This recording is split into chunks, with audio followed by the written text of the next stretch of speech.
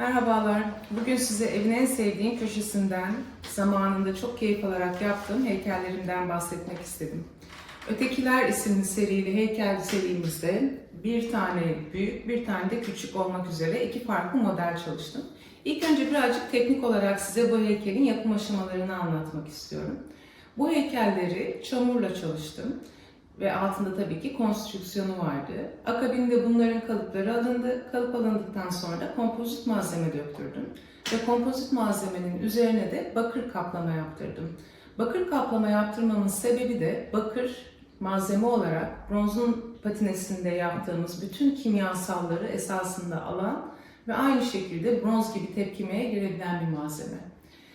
Şimdi bu heykellerde bir tanesinde bütün figürler ve suratlar dışa dönük, diğerinde ise bütün figürler ve suratlar içeriye dönük.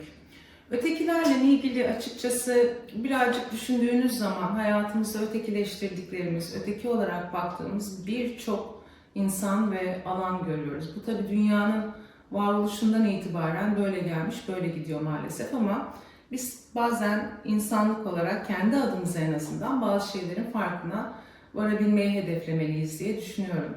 Ötekiler baktığınızda dini olarak, siyasi olarak, kültürel olarak, coğrafi olarak, sosyal olarak hep diğerleri olarak gördüğümüz insanlar, diğerleri olarak baktığımız insanlar ve bu bakış açısından dolayı da maalesef savaşlar oluyor, ayrılıklar oluyor, çatışmalar oluyor, iç savaşlar oluyor.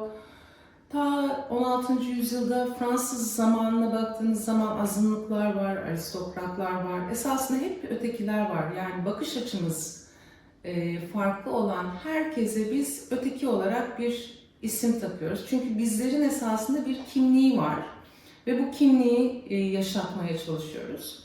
Halbuki hayat içerisinde her zaman ben en azından kendi adıma şunu gördüm.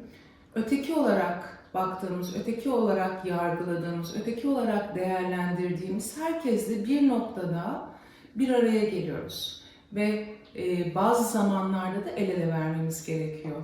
Bu heykellerde de esasında tek bir figür içinde kumaşlarla birbirine bağlı olan, burada iki tane kadın, bir erkek, bir kadın, arkada da yine bir kadın, iki erkek olarak birçok farklı figür var ve bunlar esasında farkında bile olmadan birbirlerine bağlı. Bu ötekilerle ilgili bir sürü kitap yazıldı. Ötekileştirmek, ötekiler ve bir kitaplardan bir tanesinde okuduğum çok güzel bir söz vardı. Dünya insanların değil, insanlar dünyaya ait diyor.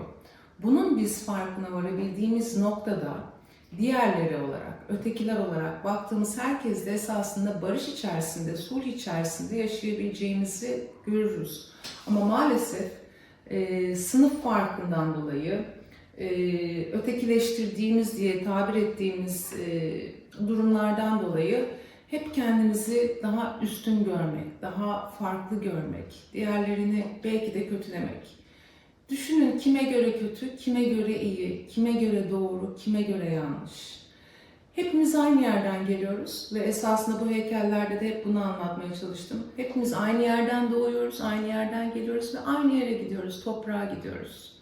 Bu yaşadığımız hayat sürecinde etrafımızdaki diğer insanlarla uyum içinde, barış içinde yaşamak da bizim elimizde.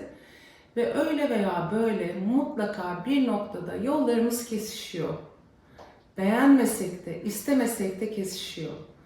Bu bağlamda da mutlaka o süreci rahat atlatabilmek adına, uyumlanabilmek adına farkındalıklarımızı yükselterek, o da insan, ben de insanım diye bakarak hareket edersek daha kolay ve rahat bir hayat süreci yaşayacağımızı düşünüyorum.